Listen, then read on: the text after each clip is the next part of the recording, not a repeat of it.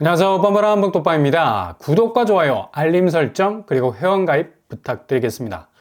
누카렵이라는 말, 지금 부동산 시장에서 굉장히 날이 선 말로 나타나는 신조어죠. 바로 누가 그거 하라고 칼 들고 협박했냐?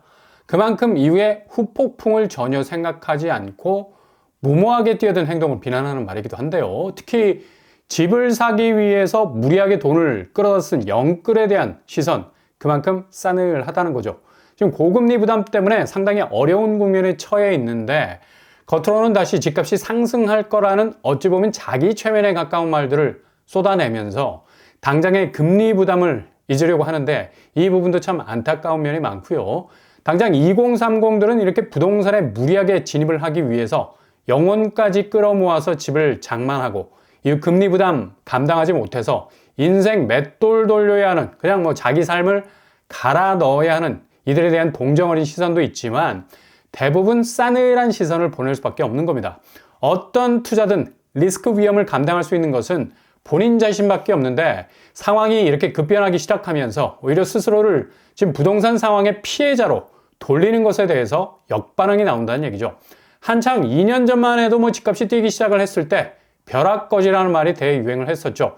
부동산 투자를 제때 하지 못하고 타임을 놓치게 되면 그냥 평생 그렇게 갑작스런 자산 가치의 상승세를 타지 못하고 그대로 뒤처진다는 손가락질을 했던 장본인들이고, 게다가 성실한 노동으로 부를 축적하는 방식이 아니라 무조건 끌어모은 자금을 적기에 적소에 꽂아넣게 되면 얼마든지 연봉의 몇 배나 되는 돈을 벌 수 있다는 노동 무용론까지 등장하면서 투기를 망설이는 사람들을 향해서 정말 조롱에 가까운 말들을 쏟아냈었는데, 막상 지금 노도강 집값이 거의 반토막이 나면서 여기에 단기적인 자금을 끌고 들어가서 영끌한 사람들은 그냥 거의 청천벽력같이 집이 날아갈 수 있는 위기감을 느끼고 있습니다.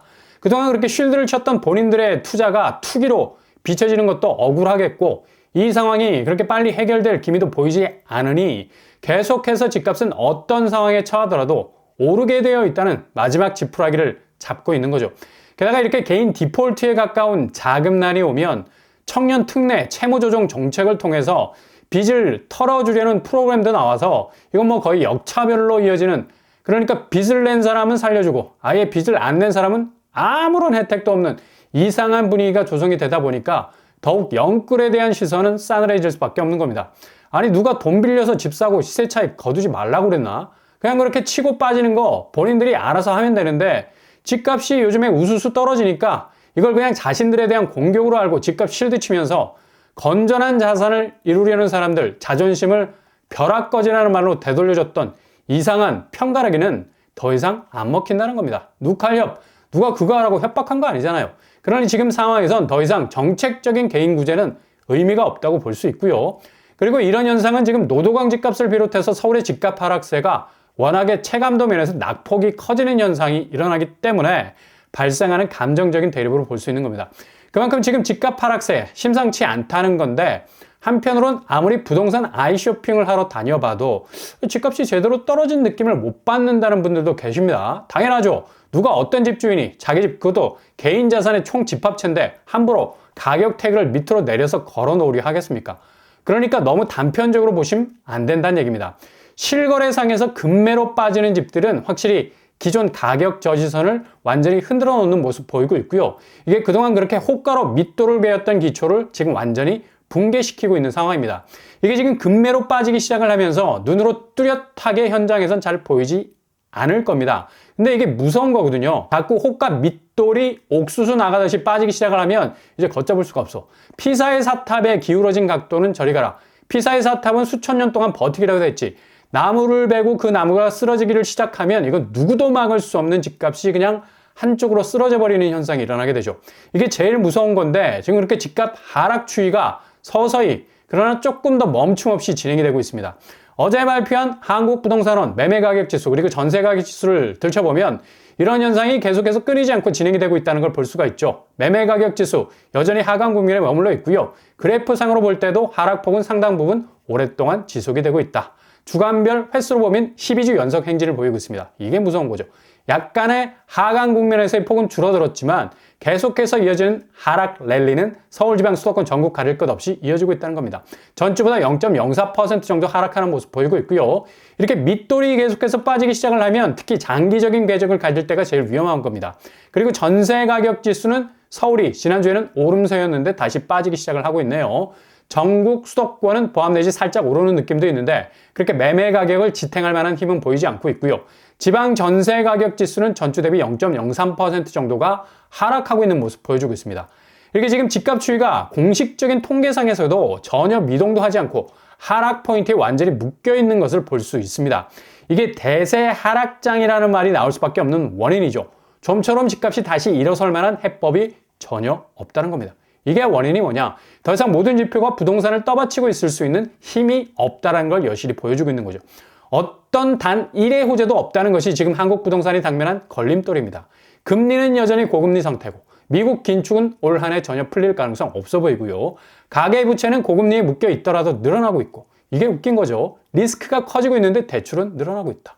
이거 개인이 충당금 쌓으려고 하는 것도 아니고 은행이 이런 구실로 현금 탄화를 쌓고 있는 건데 개인은 오히려 현금 탄화를 비어가고 있는 상황. 건설업은 뭐 지금 거의 악소리가 날 정도로 위축되어 있고요. 분양 실적은 그냥 특별한 분양 원포인트가 있는 곳만 흥행, 나머지는 뭐 참패로 이어지고 있죠. 당연히 부동산 PF 몰린 금융권도 긴장할 수밖에 없는 거고 제2금융권은 거의 지금 뭐 충당금 쌓느라 수익률이 훅 떨어져 가고 있어서 이거 마치 완전히 탈진이 된 상태에서 억지로 레이스를 이어가고 있는 것과 마찬가지의 일이 벌어지고 있는 겁니다. 게다가 경기 침체로 인한 국내 경제 성장률이 계속해서 낮아지는 관계로 부동산으로 들어갈 수 있는 자금이 원천적으로 막히고 있기 때문이죠. 이렇게 어느 하나 호재라는 것을 발견할 수 없을 정도로 거의 뭐 모래밭에서 바늘을 찾는 격으로 지금 부동산 호재는 완전히 눈앞에서 사라져 버렸다. 그러니까 분양시장에서도 원포인트 청약만 하는 겁니다. 이게 그냥 단순히 상급지에 사람들이 몰리는 것으로 해석을 해서는 안 된다는 거죠. 최근에 분양을 했던 메이플자의 당첨 가점이 오늘 공개가 됐습니다. 당초 분양가가 17억에 달아서 금수저 청약이라는 논란이 많았었는데요. 지원자만 5만 명에 가까웠습니다. 근데 이게 그냥 묻지마 청약만 있었던 게 아니라는 얘기. 오늘 공개된 당첨 가점을 보면 입이 다물어지지 않죠.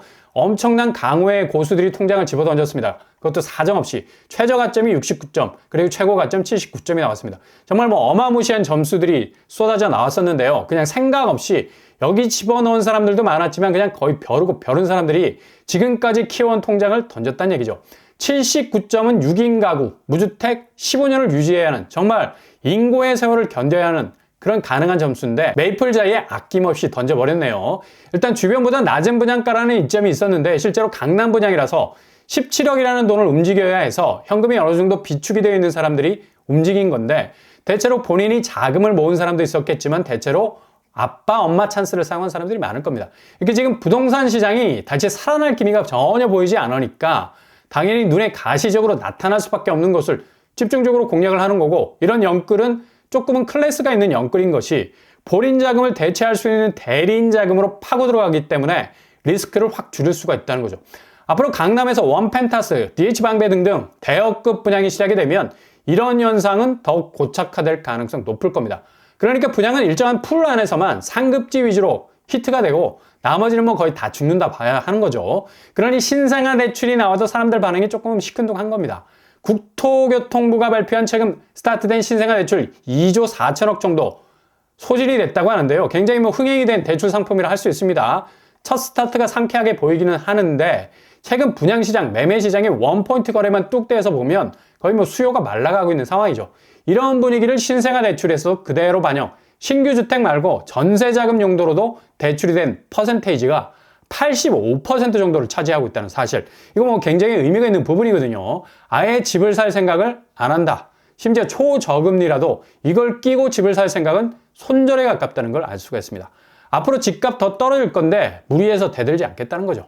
눅할렵하지 않겠다는 겁니다. 반면교사가 된 거죠. 그렇게 무리하게 들어갔다가 정말 자기 인생 무리해질 수 있는 부메랑으로 돌아올 수 있기 때문에 조심하는 겁니다. 그래서 앞으로 집값은 어떻다? 반짝 1월의 거래량 상승은 막바지 특례 대출의 수요일 뿐 다시 꺾일 가능성이 아주 높은 것으로 보이기 때문에 지금 국토부에서 발표한 신생아 대출 결과표는 아주 의미 있는 향후 집값의 추세를 미리 보여주는 선제 지표가 될 가능성이 높습니다. 그러니 설레발은 자칫 오리발이 될 가능성 높다고 볼 수 있겠네요.